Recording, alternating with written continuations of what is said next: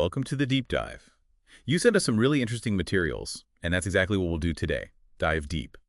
Think of it as us sifting through it all, pulling out the most important bits just for you, maybe adding a little context. Absolutely. And today we're looking into the first public statements from the new Pope Leo the 14th. We'll get into what he said, but also, and maybe this is the more interesting part, how his words kind of stack up against the way U.S. President Donald Trump communicates. Exactly. So the sources you sent focus on excerpts from a YouTube analysis of Pope Leo's first big public address. Our mission, basically, is to unpack his key messages and see what happens when we view them alongside President Trump's, well, his known rhetoric and maybe some past actions concerning religion. Okay, so the Pope spoke. What was the main thrust? Right. So the transcript describes his first press conference. It's at the Vatican, maybe 1,000 international journalists packed in there. And the central theme, the thing that really jumps out, is this call to sort of step back from really aggressive partisan communication, that us versus them stuff. Like he was pushing for a different kind of communication. Exactly. One based on listening, like really gathering the voices of people who might not usually be heard, the weak, as he put it. He gave specific advice, too, like disarm communication, get rid of the prejudice, the resentment, fanaticism, hatred. Free it from aggression. Yeah. That phrase stood out. It did. Now, it's interesting, isn't it? Because he didn't explicitly name Trump or the U.S. government. But the source we're looking at, the analysis, it presents his words as, well, deeply relevant to how the administration communicates. It draws that connection quite strongly. And that's where the contrast becomes really, really stark. I mean, when you think about President Trump's communication style, the transcript mentions, his famous use of nicknames, often demeaning ones, and his social media posts and rally speeches can be, well, pretty direct, sometimes insulting. Right. The source even gives that specific example, him calling Democrats world-class losers on social media. That was after the controversy about accepting a jet from Qatar, I think. And it wasn't just him. The transcript also points to administration officials, like Attorney General Pam Bondi and Stephen Miller, the Deputy White House Chief of Staff, going after people they saw as adversaries, even federal judges. And if you zoom out a bit, remember Pope Leo the 14th himself, back when he was Cardinal Robert Provost, he had already criticized Trump's rhetoric and his immigration policies, too. The source mentions he shared a social media post critical of both Trump and El Salvador's President Bukele. Plus, he shared an op-ed and an editorial that were pretty critical of Trump's stance. So there's a history there, sort of. Yeah, there is. And then you look at his very first speech as Pope from the Vatican balcony.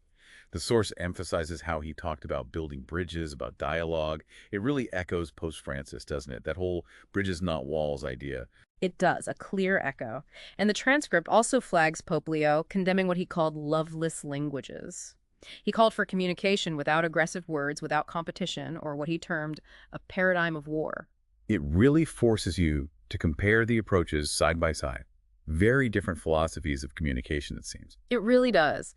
So sticking with this contrast, let's shift to how President Trump has reacted or engaged with religion and religious figures. The source highlights a Truth Social post from Trump. He expressed excitement about the first American pope, said he was looking forward to a meaningful moment when they meet. Okay, so on the surface, that sounds positive, anticipatory. But then the source immediately pivots, bringing up examples that, well, they suggest maybe a more casual relationship with religion, perhaps even performative, the source implies. Yeah, like the time he was asked for his favorite Bible verse. Right. He said it was very personal, but didn't actually name one.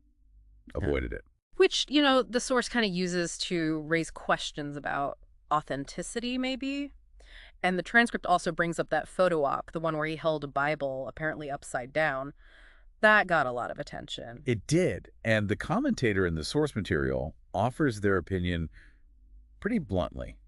They think Trump probably lacks basic knowledge of the Old and New Testaments. Then there was a funeral for Pope Francis, the detail about him wearing a blue suit. Which was against protocol, reportedly. The source kind of frames it as maybe prioritizing his own image, even at a solemn religious event like that. And what's interesting is how the source speculates this might land with certain voters, specifically Catholic and Latin voters.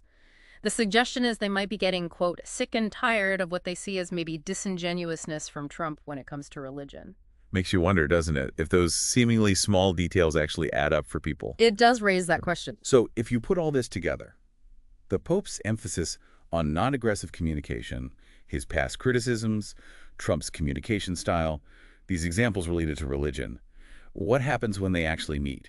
Well, the source definitely builds a sense of anticipation around that future meeting, maybe even some underlying tension, given the contrasting styles and the history we just talked about. And the source suggests Pope Leo might not just stay quiet, right? Explicitly. It suggests he might not remain silent if Trump continues with his established way of communicating. So it could be a very significant moment, a real intersection of global religious leadership and political rhetoric, something the world will be watching closely. So let's try to bring it all together. This deep dive, based on the transcript you shared, really highlights Pope Leo XIV's initial messages, a clear call away from aggressive, divisive communication.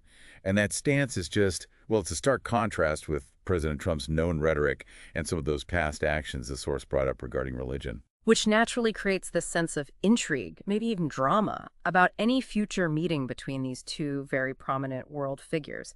And that leaves us with a final thought for you, the listener, to maybe mull over. Considering everything we've discussed, the Pope's initial words, the history, the contrasting styles, what might a meeting between Pope Leo and President Trump actually reveal? What does it tell us about how global religious leadership and national politics interact today? And, how much influence can a pope really wield just through words, through moral authority, without direct political levers? Definitely something to think about. What kind of power does that kind of communication hold on the world stage?